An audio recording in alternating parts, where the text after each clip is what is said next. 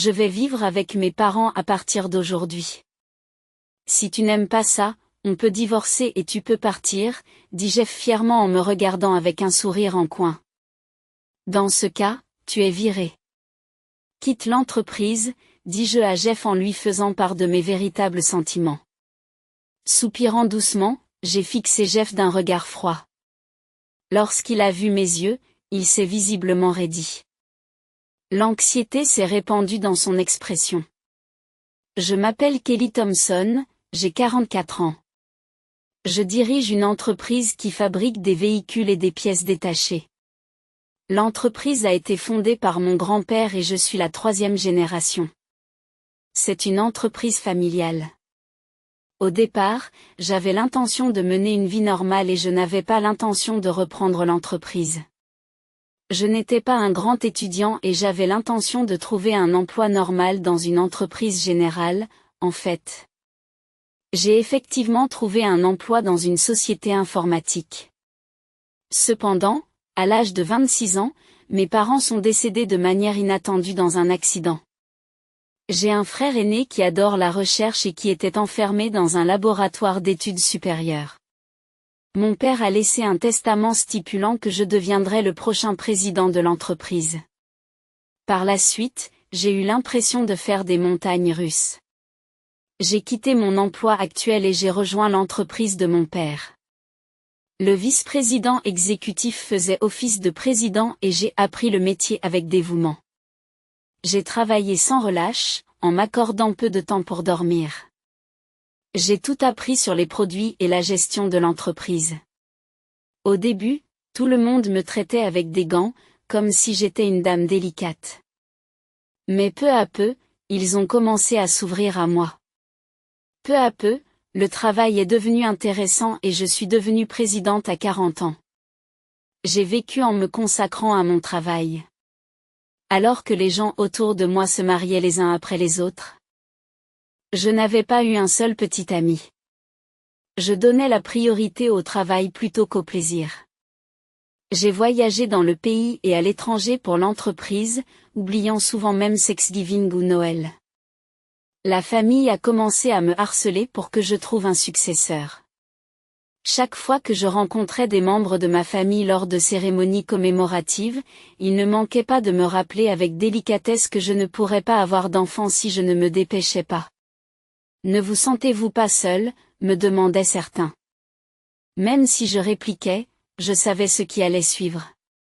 Je me suis contentée de sourire amèrement et j'ai rapidement quitté les lieux. Mon dévouement à l'entreprise avait permis d'augmenter régulièrement les performances de l'entreprise. L'intégration de l'informatique était une étape importante. J'avais enfin du temps libre et j'ai commencé à pratiquer des activités de loisirs. C'est alors que j'ai rencontré Jeff, mon mari, dans un bowling. Quelqu'un d'une entreprise cliente me l'avait recommandé et je l'ai pris à la légère.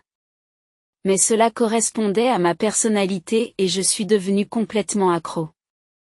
J'ai même eu ma propre boule et mes propres chaussures et j'ai commencé à participer à des tournois. Jeff était souvent présent au bowling. C'était très agréable de discuter avec lui et il m'a appris beaucoup de choses que je ne connaissais pas. Nous avons même participé à des tournois par paire. Par la suite, nous sommes allés plusieurs fois au restaurant et c'est au cours d'un de ces repas que Jeff m'a avoué ses sentiments et que nous avons commencé à travailler ensemble. Il m'a avoué ses sentiments et nous avons commencé à sortir ensemble. Jeff a le même âge que moi, mais il a l'air assez jeune pour qu'on le prenne pour un jeune de 20 ans. On me prenait souvent pour sa grande sœur. Je ne dois pas être fiable, hein? À chaque fois, Jeff était gêné.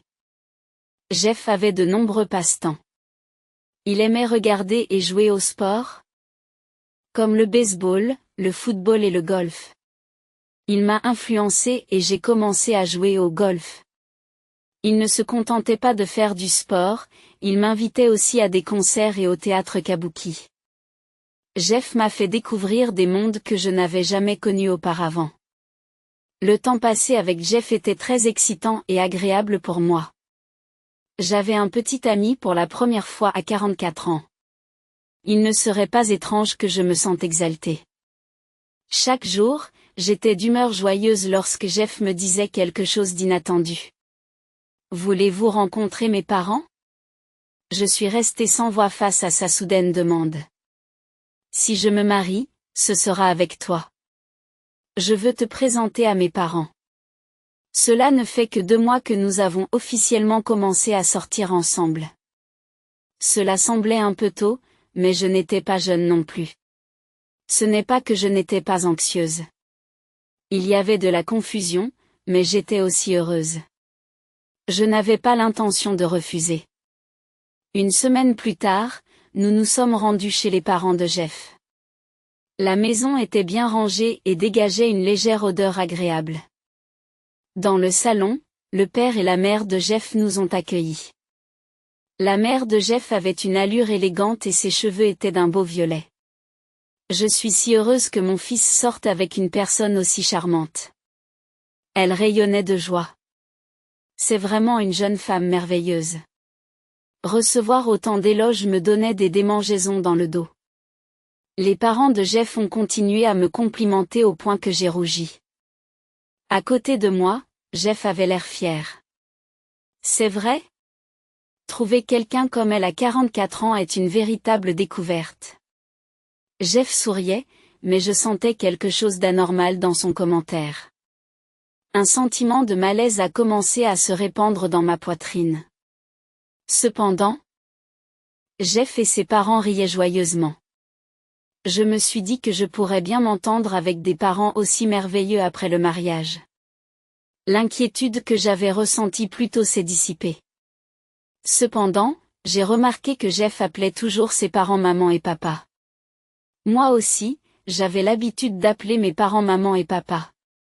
Mais je me demandais si c'était courant pour un adulte de le faire. Cela me semble rare. Peut-être que je ne suis pas conscient de ce qui est normal. Ayant perdu mes parents très tôt et m'étant concentré uniquement sur mon travail, j'étais quelque peu ignorant des normes sociales. Si je ne me sens pas à ma place, c'est peut-être parce que je n'ai pas conscience du bon sens. J'ai décidé de ne pas m'en préoccuper. Jeff doit être très proche de ses parents. Il fait beaucoup d'éloges à sa mère. En soi, c'est probablement une bonne chose. Mais au cours d'une conversation sur la cuisine, Jeff a dit quelque chose qui m'a semblé déplacé. La viande et les pommes de terre de maman sont les meilleures du monde. De plus, il a légèrement déprécié la viande et les pommes de terre que j'avais préparées.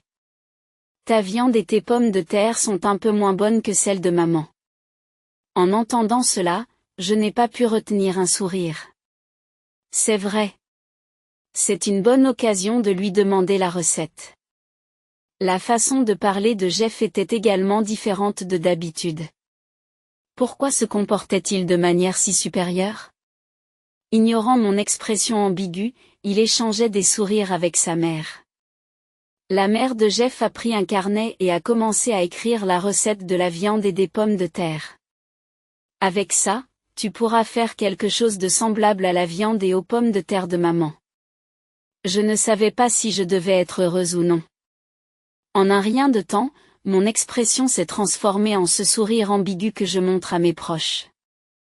Alors qu'il commençait à faire nuit dehors, la conversation s'est orientée vers le mariage.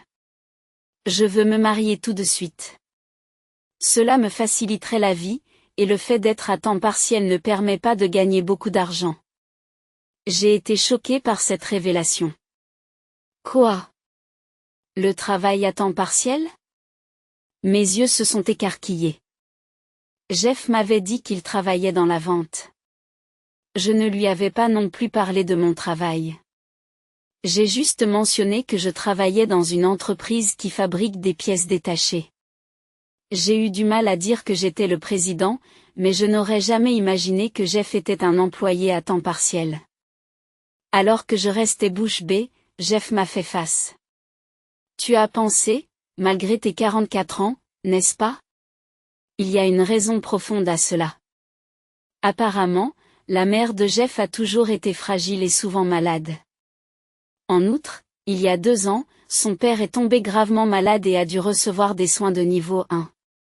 À l'époque, Jeff travaillait comme vendeur dans une imprimerie. Mais il a démissionné pour s'occuper de son père. Il est devenu employé à temps partiel afin d'avoir des horaires flexibles pour continuer à s'occuper de son père. C'est difficile pour une maman seule. Je voulais juste aider mes parents autant que possible. Jeff avait les larmes aux yeux. Je l'ai écouté solennellement. C'est pour cette raison que j'ai pensé que ce serait bien de rester à temps partiel. Jeff a jeté un coup d'œil à ses parents et a acquiescé. Depuis quelque temps, papa se sent mieux. Il envisage donc de reprendre un emploi et je vais me marier avec Kelly. Il faut que je fasse des efforts. Jeff dit cela presque en chuchotant et en reniflant. Je me suis sentie honteuse d'avoir été déçue quand j'ai appris qu'il travaillait à temps partiel. Jeff avait simplement donné la priorité à ses parents plutôt qu'à son travail. C'est une personne très gentille et chaleureuse. Toutes les inquiétudes et le malaise que j'avais ressentis auparavant avaient complètement disparu. Quelques jours plus tard, j'ai fait une proposition à Jeff. Pourquoi ne pas essayer de passer l'examen de mi-carrière dans mon entreprise ? Jeff a semblé surpris par ma soudaine suggestion. Seulement si tu es d'accord, Jeff. J'ai veillé à ne pas lui mettre la pression. Jeff semblait réticent à l'idée de travailler dans la même entreprise que moi. Notre service commercial semble manquer de personnel. Cela nous aiderait beaucoup si vous pouviez nous rejoindre. J'ai choisi mes mots avec soin pour ne pas blesser la fierté de Jeff. Il s'agit pourtant d'un département complètement différent du mien. Mais les préoccupations de Jeff étaient ailleurs. Si je dois travailler, je veux gagner ma vie. Je veux m'assurer que maman est en sécurité. L'argent était sa principale priorité. Peut-être pensait-il que je ne gagnais pas grand-chose. J'ai alors sorti une tablette et montré à Jeff le site d'emploi de l'entreprise. J'ai expliqué le salaire moyen, les vacances, les congés payés et les avantages sociaux. Ce n'est peut-être pas si mal. Jeff a regardé attentivement la tablette et a semblé s'intéresser à la question. Alors que l'entreprise prévoyait d'augmenter considérablement son personnel de vente, Jeff a été embauché avec succès. Lorsque Jeff a posé sa candidature, j'en avais déjà informé ma secrétaire.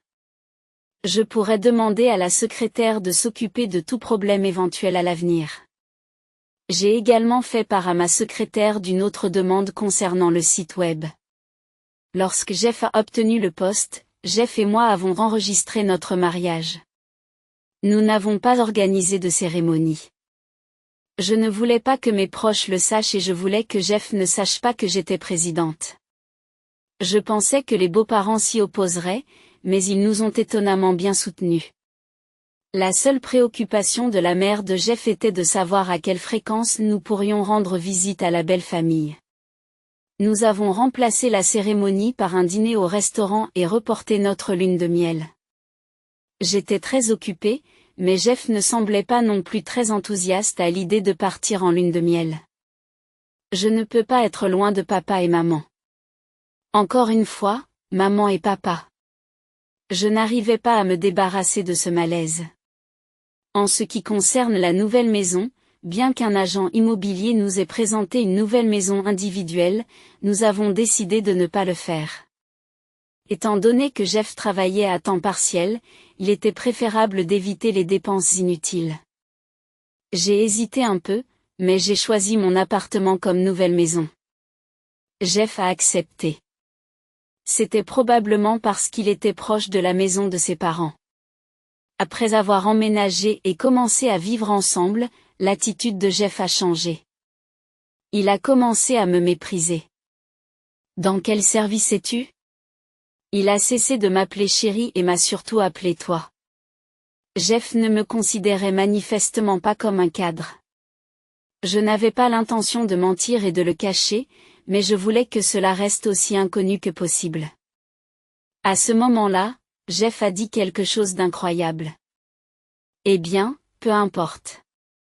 Je suppose que tu devras démissionner de toute façon. J'étais sous le choc.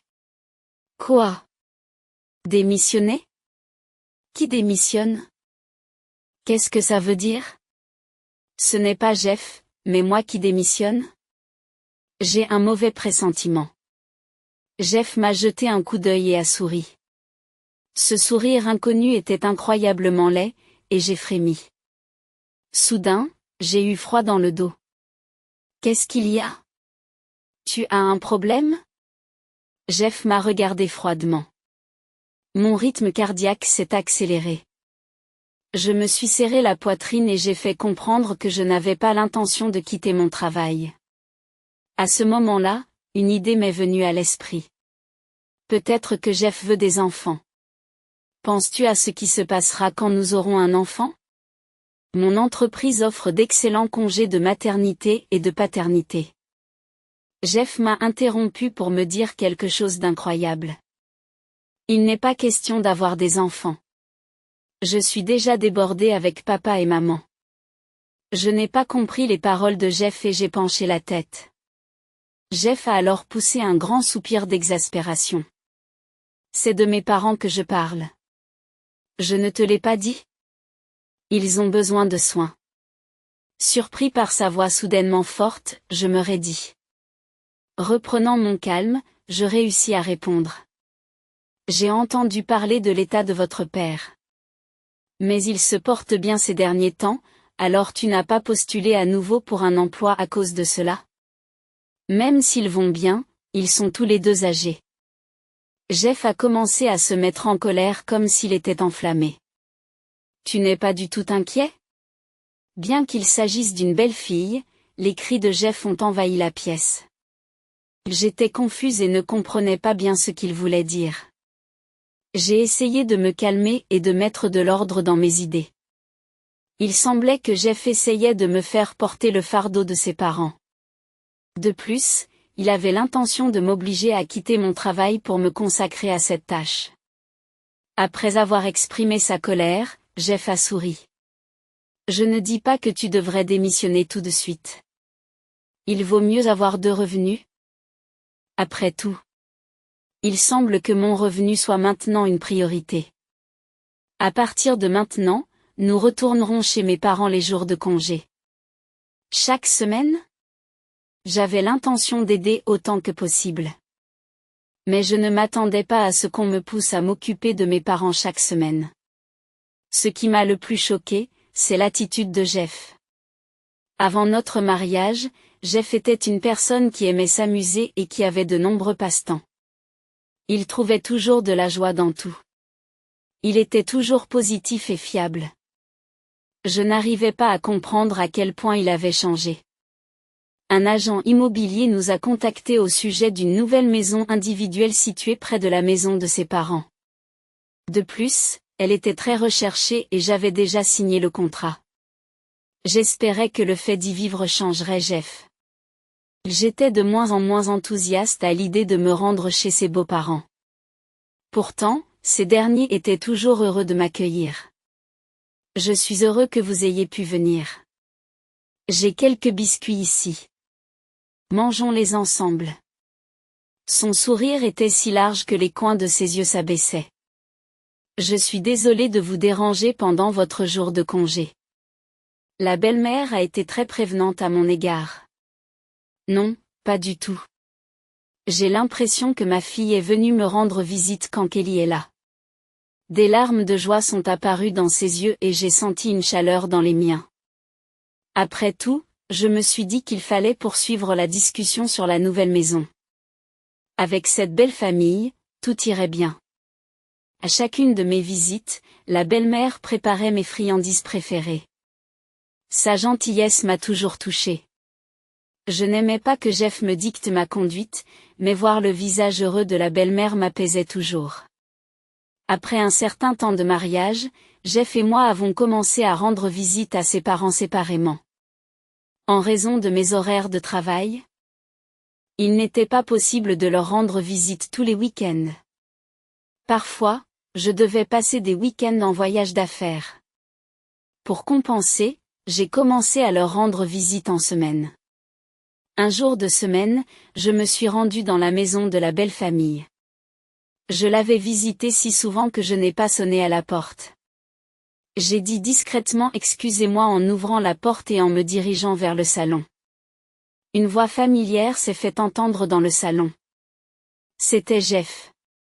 Bien que Jeff soit censé être au travail, je me suis demandé pourquoi il était là alors que je marchais dans le couloir. Alors que je m'apprêtais à entrer dans le salon, j'ai entendu une conversation dérangeante. J'ai fait une pause et j'ai observé discrètement le salon. Elle n'est vraiment pas attentive. Et elle n'est pas douée pour le ménage. Cette voix était celle de la belle-mère. Je ne l'avais jamais entendue parler avec autant de méchanceté. Ne pourriez-vous pas trouver quelqu'un de mieux? Elle avait l'air d'une personne complètement différente de la belle-mère habituellement gentille. Cette façon si méchante de parler me serra la poitrine et me rendit la respiration difficile. Mes mains se vidèrent de leur sang et devinrent froides. Après toutes les louanges qu'elle m'avait faites, je n'arrivais pas à croire que cette gentille belle-mère puisse dire de telles choses. Bien que je ne veuille plus rien entendre, mes pieds ne veulent pas bouger. Je pouvais entendre la voix effrayante et cajoleuse de Jeff. Désolée, maman. Mais elle est plutôt robuste, alors elle devrait être capable de faire un travail physique. Quelle horrible façon de parler, mon dégoût pour Jeff grandissait. Tout est une question de formation. Apprends-lui bien et elle sera utile. Pour qui me prend-il? Je ne suis ni l'esclave de Jeff ni la leur. Pour l'instant, elle rapporte de l'argent. Alors on doit la supporter. J'espère qu'il y en aura plus à l'avenir. Jeff et sa mère parlaient et riaient librement. Je sentais le sang se retirer de ma tête. Incapable de rester debout, je me suis appuyée contre le mur du couloir pour me soutenir. J'ai été choquée par les paroles de ma belle-mère, malgré le comportement habituel de Jeff. Qu'était-il advenu de sa considération habituelle pour moi? Je me suis souvenu de la gentillesse avec laquelle elle m'avait traité. Qu'en est-il des moments où nous avons mangé des friandises et ri ensemble? Qu'en est-il des repas qu'elle m'a appris à cuisiner? Elle souriait toujours, parfois avec les larmes aux yeux. Tout cela n'était-il qu'une comédie? Si c'est le cas, rester dans ce mariage parce que je m'inquiétais. La belle-mère n'avait aucune raison d'être. D'après la conversation entre Jeff et sa mère, il était clair que j'étais simplement considérée comme une gardienne. De plus, la belle-mère avait dit quelque chose de décisif. Pour l'instant, je vais la féliciter et l'amadouer. De cette façon, elle fait une tête d'imbécile heureuse. J'ai commencé à me sentir étourdie. Les mots durs de la belle-mère à mon égard ne s'arrêtaient pas apprenez de moi comment bien manipuler. De plus, elle a apparemment acheté une nouvelle maison près d'ici. Jeff parlait avec enthousiasme. Je me suis demandé où il avait entendu cela.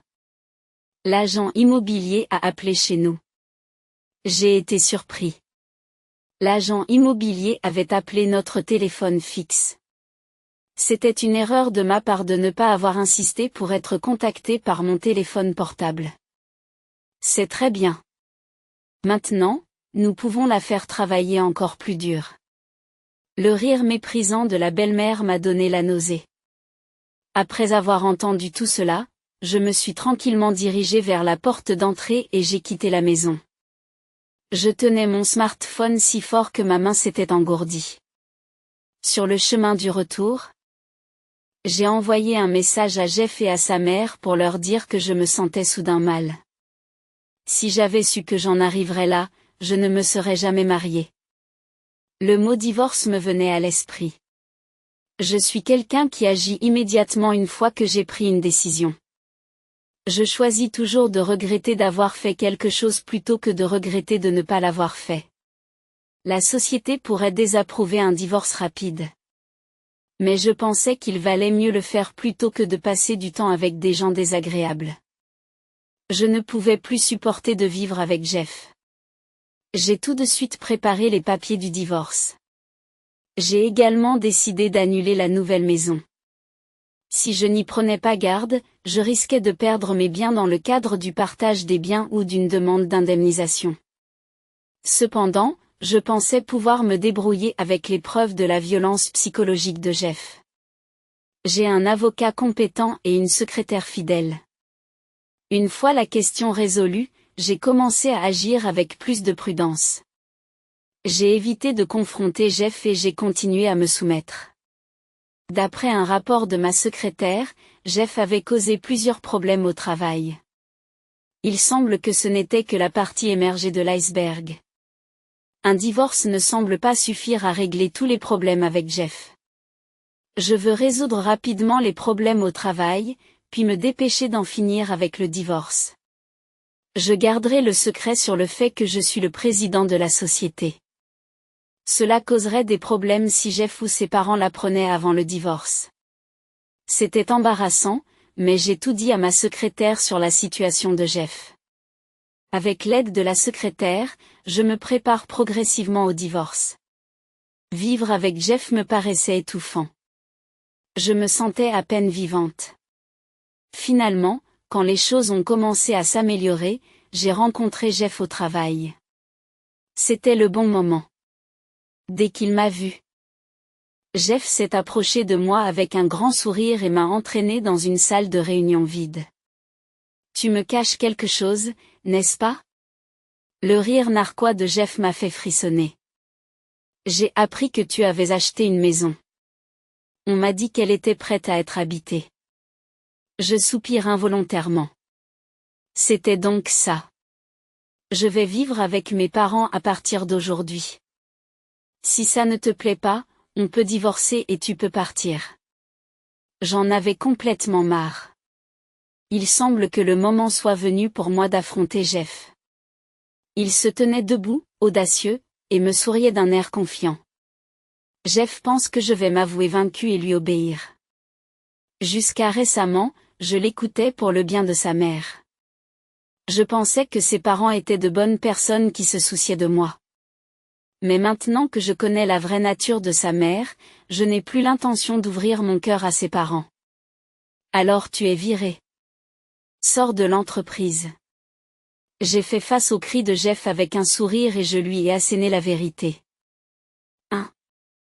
Jeff a pris une expression déconcertée et a émis un son étrange. Mais il a probablement pensé qu'il s'agissait d'une blague bizarre.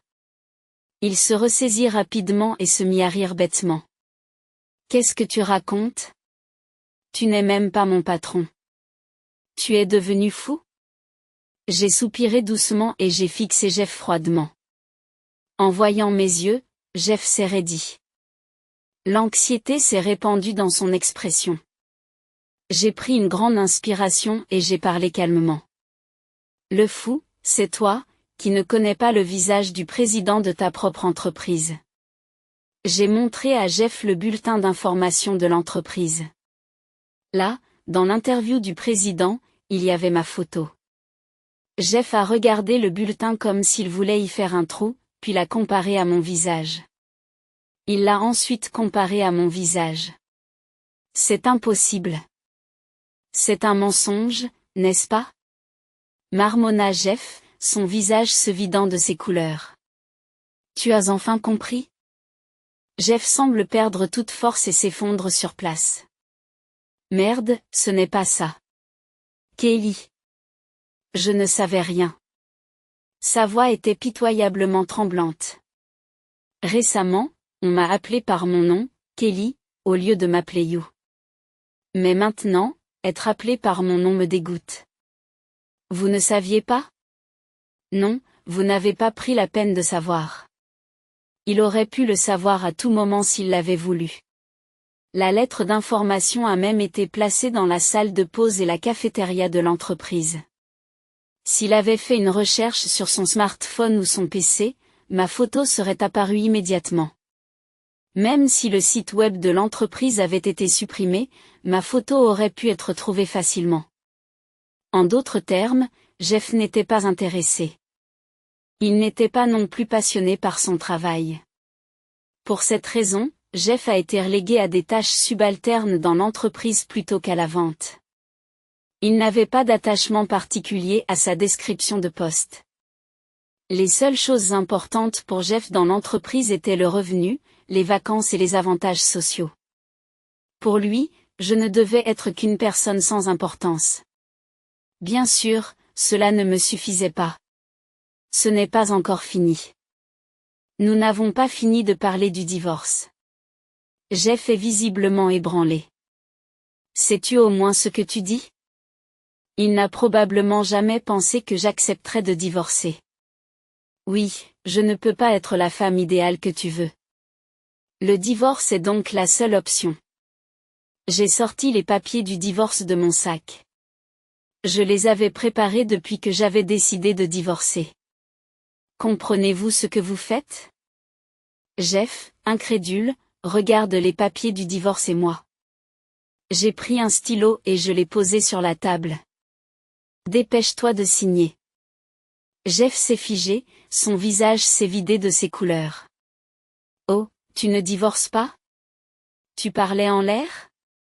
Semblant reprendre ses esprits. Jeff a claqué les papiers du divorce sur la table. Jeff a claqué les papiers du divorce sur la table et les a signés à la hâte. Je l'ai regardé signer et j'ai dit, maintenant, nous sommes des étrangers. Je l'ai dit sans embâge.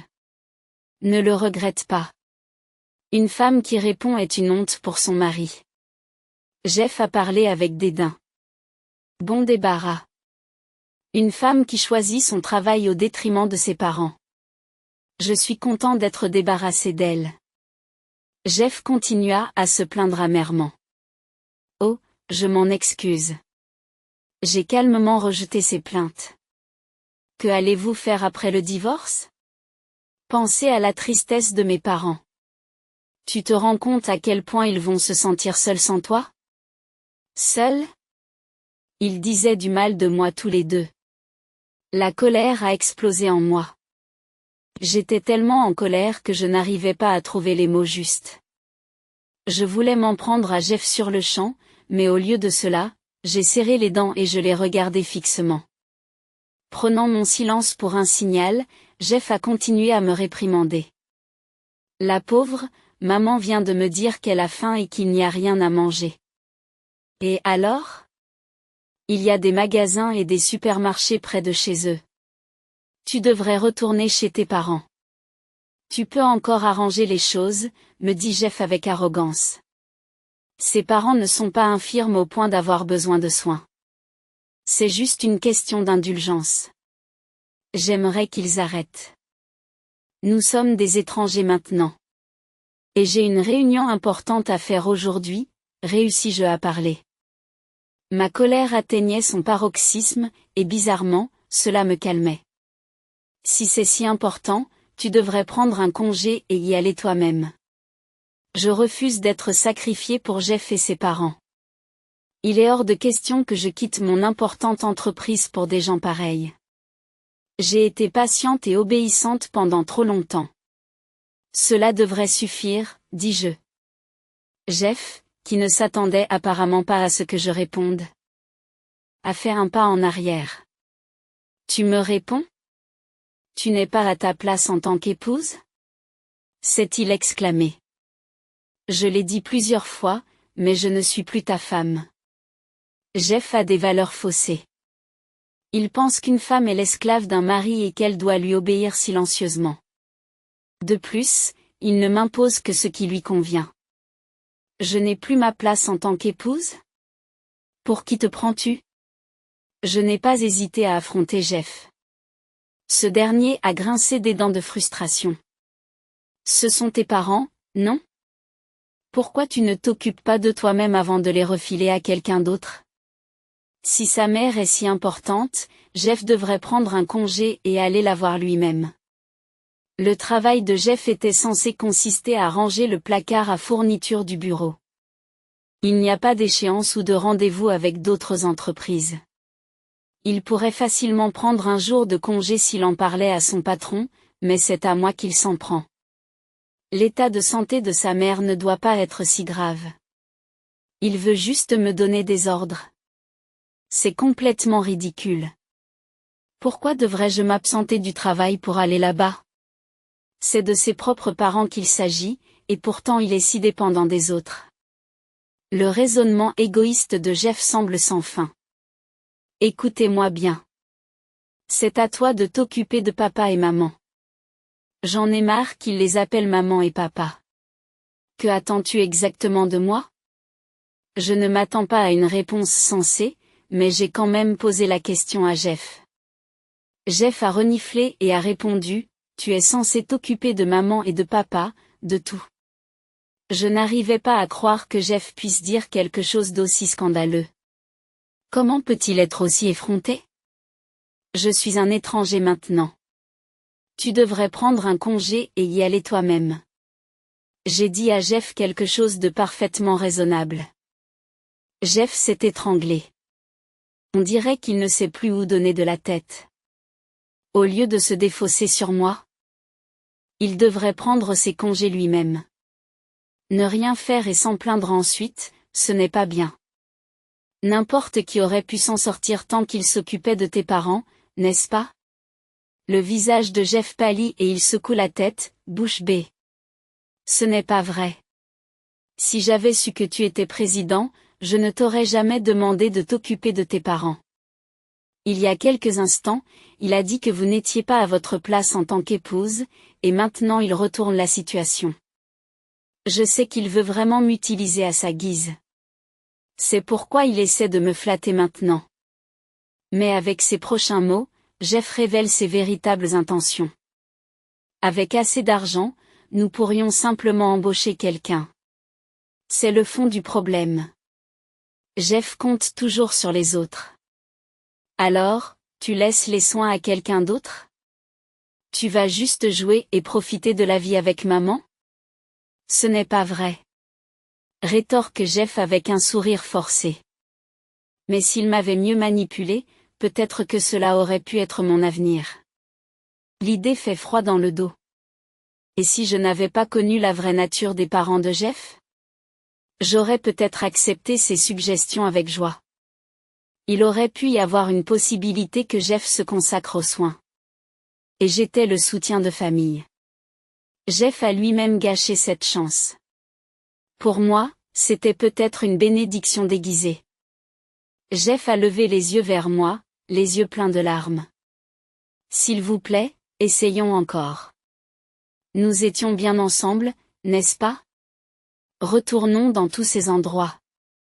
Je me souviens de tous les endroits où Jeff m'a emmené avant notre mariage. Chaque endroit où tu m'as emmené était amusant.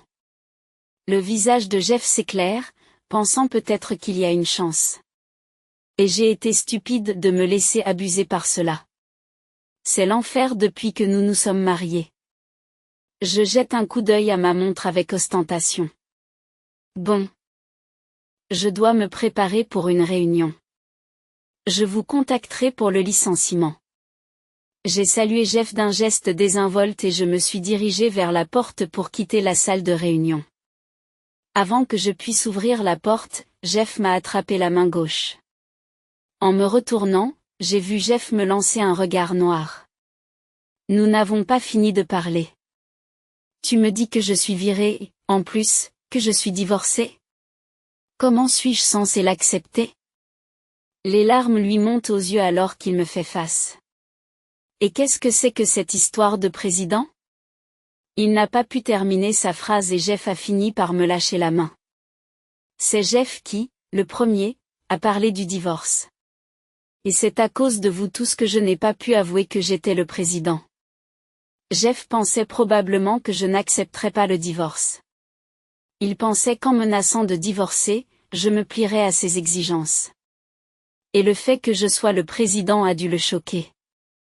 Ce n'est pas une façon de se comporter pour un adulte. Jeff serre les dents. Il semble regretter d'avoir perdu l'argent, mais cela ne me concerne pas. Je lui dis, tu es bête, c'est tout. À mes mots, Jeff s'est emporté et a répliqué d'une voix stridente. Lâche. Comment le président d'une grande entreprise peut-il licencier un employé pour la simple raison qu'il est en train de divorcer? Parce qu'il divorce? C'est tyrannique. Qu'il ait perdu la raison ou qu'il soit simplement provocateur, Jeff gonfle le torse. Son raisonnement est trop enfantin. On dirait qu'il fait une crise parce qu'il ne peut pas accepter ce que je dis. Je suis trop fatiguée pour m'occuper de Jeff et je me suis involontairement tenu la tête. Voyant cela, Jeff affiche un sourire satisfait. J'ai mis le doigt dans l'engrenage, n'est-ce pas? Tu veux que je le rende public? Tu aurais alors des ennuis. J'en ai assez, dis-je. J'ai pensé à garder le silence. Mais j'ai sorti un morceau de papier de mon sac. J'ai lu les noms qui y étaient inscrits. Madame Smith des Affaires Générales, Madame Miller et Madame Irving des Ventes. Et Madame Reed de la Comptabilité. Après avoir dit cela, j'ai regardé Jeff. Il était en sueur. Il y a d'autres noms, tu sais, ai-je poursuivi. Jeff a reculé vers la fenêtre. Les noms que je viens de mentionner sont ceux de femmes que vous avez constamment draguées. Ce problème m'a été rapporté par ma secrétaire. Le département des ressources humaines avait reçu des plaintes, dont la secrétaire m'a informé. Dans l'entreprise, seule ma secrétaire savait que Jeff et moi étions mariés. Je n'arrivais pas à y croire la première fois que je l'ai appris. Mon propre mari draguait plusieurs employés. Et apparemment, il était très insistant. J'étais gênée et je rougissais à cette idée. C'est une excuse pathétique. Pense-t-il vraiment qu'il peut s'en tirer comme ça? Les inviter dans un hôtel? Quel genre de réseau était-ce? Jeff n'a pu que marmonner en guise de réponse. J'avais reçu des messages envoyés sur leur smartphone en guise de preuve de la part des femmes. Le contenu de ces messages était très embarrassant. Jeff ne peut échapper à la vérité sous aucun prétexte. Il doit faire face aux conséquences appropriées. En tant que président, il est de mon devoir de renvoyer quelqu'un qui cause des problèmes aux autres employés. J'ai parlé fermement à Jeff. Jeff a baissé la tête en signe de défaite. Pour aller plus loin, j'ai sorti une enveloppe de mon sac. C'est de la comptabilité. Vos notes de frais. Ils semblent avoir été trafiqués. J'ai tendu l'enveloppe contenant les reçus à Jeff. À contre-séhure, Jeff l'a prise et a évité mon regard. Un fils à maman qui compte sur les autres, un coureur de jupons, pour couronner le tout, un radin. Jeff a causé des problèmes à bien d'autres que moi. Le fait qu'il soit une personne méprisable est indéniable. Mais il fut un temps où je croyais en lui. Je suis tellement déçu de mon mauvais jugement. Quoi qu'il en soit, vous êtes viré. Vous devrez rendre des comptes. Je tournai les talons et ouvris la porte de la salle de réunion. Fidèle à lui-même, Jeff n'a pas essayé de m'arrêter cette fois-ci. Il se contenta de s'affaler faiblement contre le mur. Bon, alors. Profitez du temps que vous passez avec vos parents dans votre maison familiale.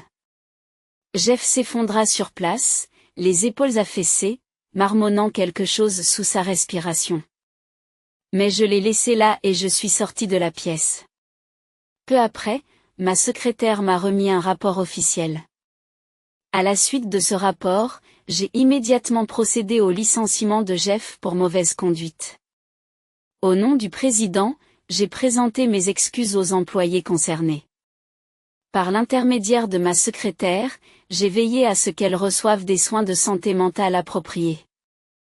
J'ai également reçu des rapports réguliers sur les activités de Jeff par l'intermédiaire d'un enquêteur privé.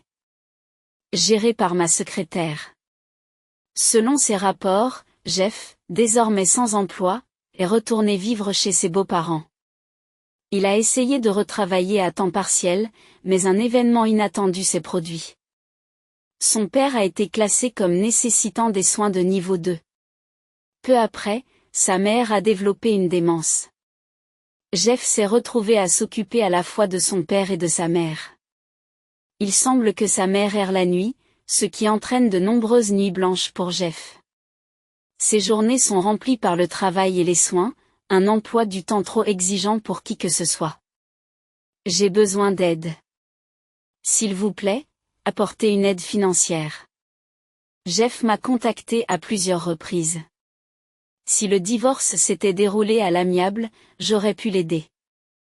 Mais Jeff et sa famille m'ont traité comme une esclave. Il n'y a pas de place pour la sympathie à l'égard de telles personnes.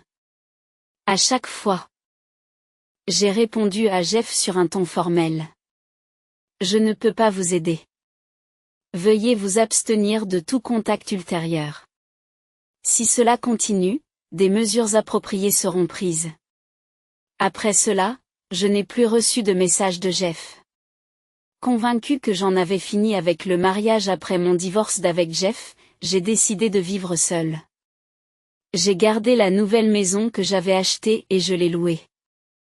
Le terrain est susceptible de prendre de la valeur, il est donc peu probable que je subisse des pertes.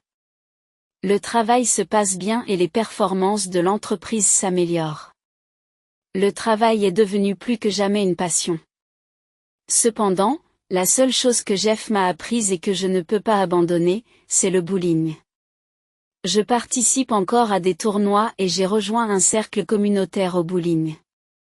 La plupart des membres sont plus âgés que moi, riches de leur expérience de la vie, et j'apprends beaucoup d'eux.